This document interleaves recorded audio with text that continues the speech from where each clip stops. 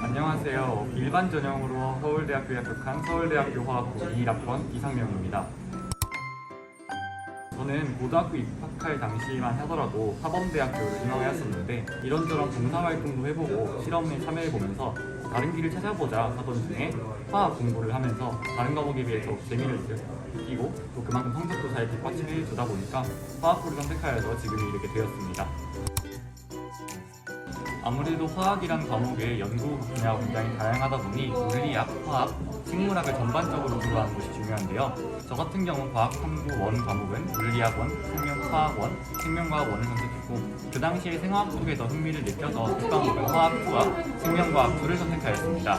다만 대학에 입학하였을 때 가장 처음 접할 화학 과목인 일반 화학의 경우 생화학 관련 내용보다는 물리화학 관련 내용이 더 많기 때문에 적응하는 데 더 도움이 되는 것은 물리학 2와 화학 과목 2를 선택하는 것을 추천드립니다. 또 저처럼 생화학이나 생명과학과 관련된 전공에 복수 전공 혹은 주전공을 희망하신다면 일반 생물학의 많은 부분이 고등학교 교육과정상의 생명과학 1, 생명과학 2와 겹치기 때문에 화학 2를 선택하고 생명과학 2를 선택하는 것을 추천드리고요. 또 물리화학에 관심이 있으시다면 물리학 2와 화학 2를 선택하시는 것이 좋겠습니다. 추가적으로 과학 과목을 수강함에 있어서는 수학적인 도구를 많이 사용하기 때문에 수학과 관련된 교육과 기술과 과목은 모두 수강하는 것을 추천드립니다.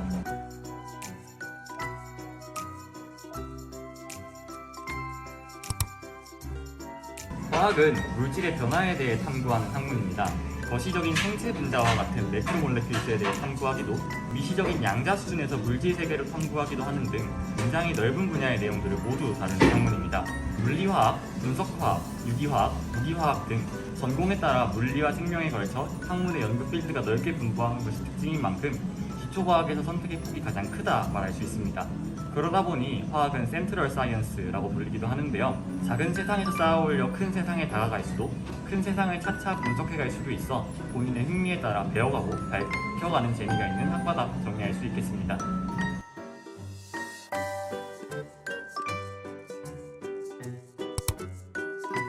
고등학교 재학 시절엔 미교과 활동을 병행하면서도 교과 공부할 시간을 최대한 확보하려 노력했습니다.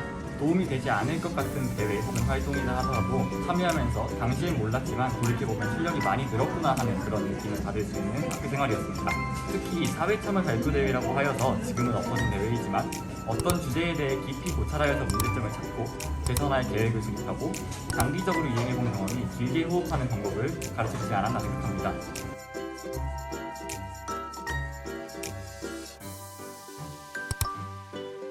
공부하는 방법은 최대한 자습 시간을 많이 가지려 노력했습니다.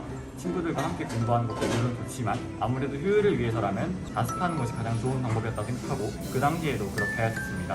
비교과 활동을 병행하면서도 교과 공부를 할 수 있게끔 비교과 활동은 최대한 미리 빠르게 해놓고 시간 배분을 10분 단위로 계획하여서 교과 공부를 하였습니다. 가능하면 매일 공부할 모든 과목을 공부하려 했고 그러다 보니 과목별로 1시간에서 2시간 정도 시간을 할애하여 공부하였습니다. 교과 공부는 학습을 자주 하다 보니 소요 시간에 대해 경험적으로 어떤 과목의 어떤 부분을 어떻게 공부하느냐에 따라서 얼마나 시간이 걸리는지 학습할 수 있어서 이 정보를 바탕으로 계획을 수립하고 공부하였습니다.